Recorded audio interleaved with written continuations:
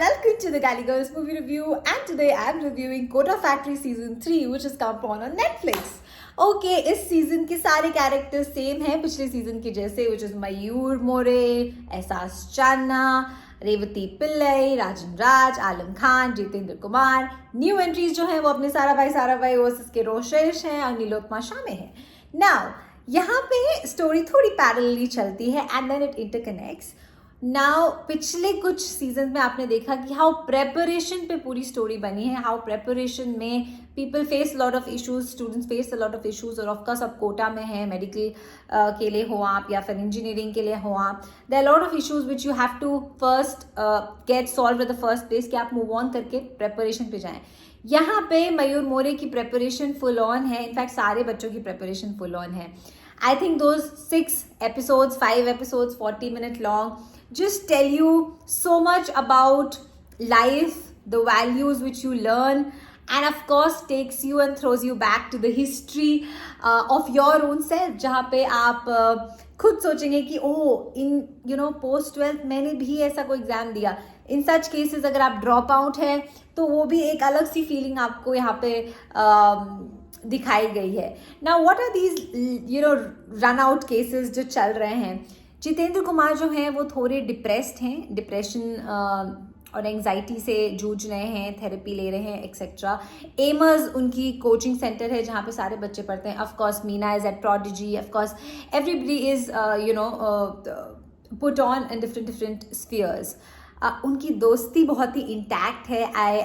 I really hope that there's one picture when all of them give themselves a full hug and that is really nice. वो तब होता है जब Shivangi exam देके चली जाती है. Shivangi is Ehsaas Channa, she goes back to her house.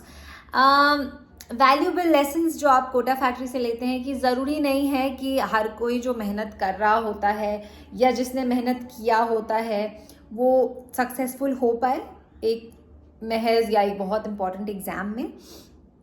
ज़रूरी ये भी नहीं है कि when you're with the same set of people they might qualify maybe to the extent of their hard work, to the extent of their destiny, to the extent of a lot of other things, but ऐसा ज़रूरी नहीं है कि वो कभी ये ना चाहेंगे कि आप qualify ना करें. They would also stand by you if they are friends and I think Kota Factory stands out really well.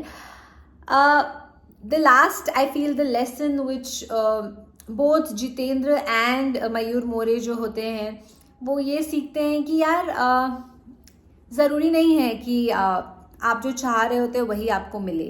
For example Jitendra Jitu भैया wanted or has decided to move out of Kota while even जो हमारे main character है मयूर मेरे, उन्हें भी ऐसा लगता है कि अब वो भी तो कोटा छोड़ के जाएंगे, उनका सिलेक्शन हो जाएगा.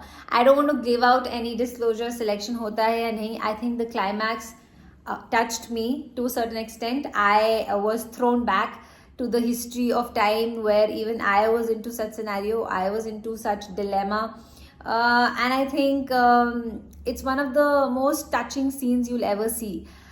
Other than that, I also felt like कुछ चीज़ें जो कोटा फैक्ट्री में बहुत ही प्यार से कनेक्ट की गई हैं. The normalcy of life, when Meena is struggling to pay his room rent, food, etc., he skips meals, etc. I feel the amount of help these friends of theirs Meena has done is commendable. Meena के दोस्तों ने जो उसके लिए किया है is commendable. I also think the understanding which while studying whoever you're seeing is giving you is very, very important, and that is shown particularly between Mayur More and Revati Pillai. I also think the beauty of किसी को ये नहीं लगता कि ये कैसे qualify करेगा. मुझे कब, मैं तो उसके साथ हमेशा रही हूँ पर मुझे ऐसा नहीं लगता कि वो क्वालिफाई करेगी या उसमें क्या खास बात है. And then when they qualify there is a different kind of a feeling. You don't feel shocked, you don't feel surprised, you're like अरे इसने भी क्वालिफाई कर लिया, wow, congratulations. So I think such realizations are very, very important. People should definitely promote it. Kota Factory is promoting it. I thought it is a season finale because it says so. उसकी entry of the first season is about season finale.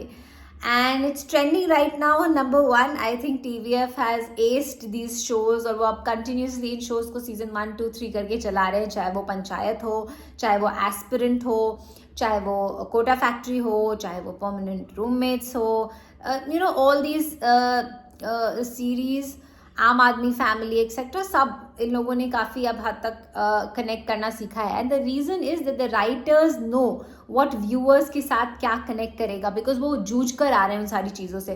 तो I think commendable to TVF for taking on such takes for themselves.